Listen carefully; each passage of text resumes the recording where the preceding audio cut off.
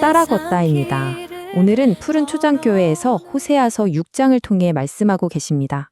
수천 년 전에 기록된 이 고대 문서가 오늘을 정신없이 살아가는 우리의 마음을 어떻게 이렇게 정확하게 꿰뚫어 보는지 정말 놀랐거든요. 그 깊은 말씀 속으로 함께 들어가 보시죠. 호세아서는 우리에게 이렇게 선언하고 있습니다. 너희의 인애가 아침 구름이나 쉬 없어지는 이슬 같도다. 와, 정말 시적이면서도 뼈를 확 때리는 묵직한 말씀이죠. 여러분, 솔직히 우리 신앙은 좀 어떤가요? 주일 예배당에 딱 앉아있을 때나 뜨겁게 기도할 때는 막 불타오르잖아요. 그런데 월요일 아침 출근길에 당장 스트레스 받는 일 하나만 터져도 그 굳은 결심들이 저 아침 이슬처럼 순식간에 싹 증발해버리지 않으시나요? 아니면 짙은 어둠을 뚫고 올라오는 새벽빛처럼 흔들림 없이 그 자리를 지키고 계신가요? 오늘은 바로 이 핵심적인 질문을 품고 계속 이야기해 보겠습니다. 자, 첫 번째로 살펴볼 주제입니다. 바로 껍데기뿐인 회개의 착각입니다. 여기서 아주 중요한 포인트가 하나 있는데요. 과거 이스라엘 백성들을 보면 전쟁의 위협이나 큰 재난이 닥쳤을 때 우리가 여호와께로 돌아가자 하면서 엄청 부르짖었거든요. 그런데 문제는 그 안에 진심 어린 통해나 자각이 완전히 빠져 있었다는 겁니다. 이게 무슨 말이냐면 하나님을 마치 동전 넣으면 음료수 나오는 자판기나 당장 아픈 것만 고쳐주는 응급실 의사처럼 대했다는 거예요. 하나님, 내 문제 좀 빨리 해결해 주세요. 이 고통에서 그냥 빠져나가게만 해주세요. 이게 전부였던 거죠. 하지만 진짜 참된 회개는요, 완전히 다릅니다.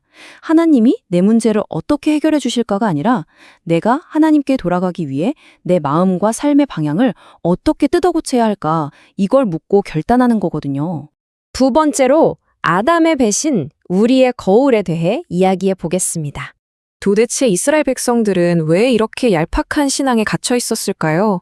성경은요, 그들이 아담처럼 언약을 어겼다고 아주 날카롭게 고발합니다. 사실 이게 그냥 옛날 역사책 속 이야기가 아니에요. 오늘날 우리가 겪는 신앙적인 실패를 거울처럼 아주 선명하게 비춰주고 있죠. 아담의 반역이라는 게 단순히 과일 하나 따먹은 가벼운 실수가 아니잖아요.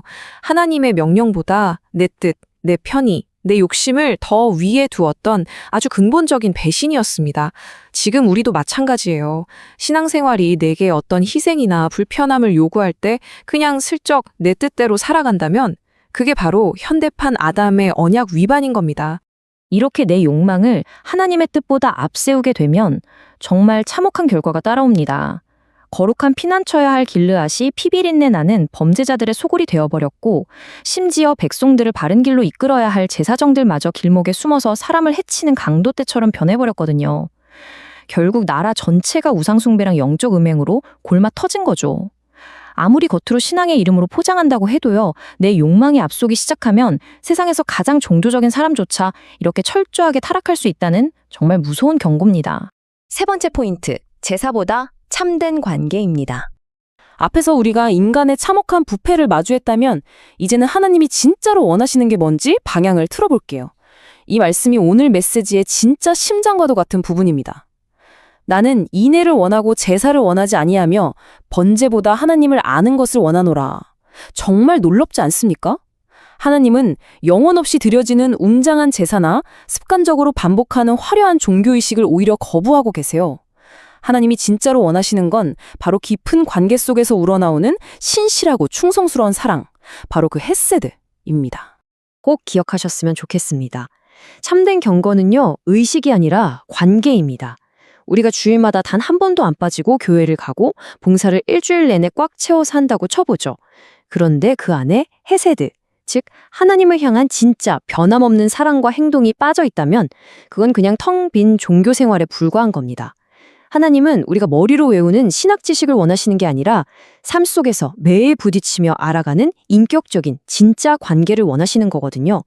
자, 네 번째로 진정한 돌이킴의 새 걸음입니다. 그러면 어떻게 이 껍데기뿐인 신앙에서 벗어나 진정으로 하나님께 돌아갈 수 있을까요? 흙탕물 비유로 아주 쉽게 생각해보죠. 첫째, 깨달아야 합니다. 영적인 눈을 딱 떠서 내가 지금 냄새나는 흙탕물 속에 푹 빠져 있다는 사실 자체를 똑바로 직시해야 해요. 둘째, 시인해야 합니다. 하나님, 맞습니다. 제가 흙탕물에 빠져서 더러워졌습니다. 다 제 고집 때문입니다. 라고 솔직하게 고백하는 거죠. 그리고 가장 중요한 마지막 셋째, 완전히 돌아서야 합니다. 깨끗한 물로 씻고 나와서는 다시는 그 흙탕물 쪽은 쳐다보지도 않고 미련 없이 걸어 나오는 것. 이렇게 행동으로 삶을 증명해내는 게 진짜 회개입니다. 마지막 5번째, 일상에서 실천하는 인내입니다. 그렇다면 이 헤세드라는 신실한 사랑을 이 바쁘고 치열한 현대사회에서 구체적으로 어떻게 실천할 수 있을까요? 예를 들어 이런 겁니다.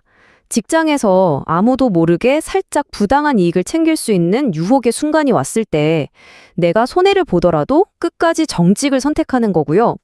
마음속에 깊이 남은 원한이나 섭섭함을 십자가 앞에 다 내려놓고 꼴보기 싫은 가족에게 먼저 다가가서 진심으로 용서하고 품어주는 겁니다.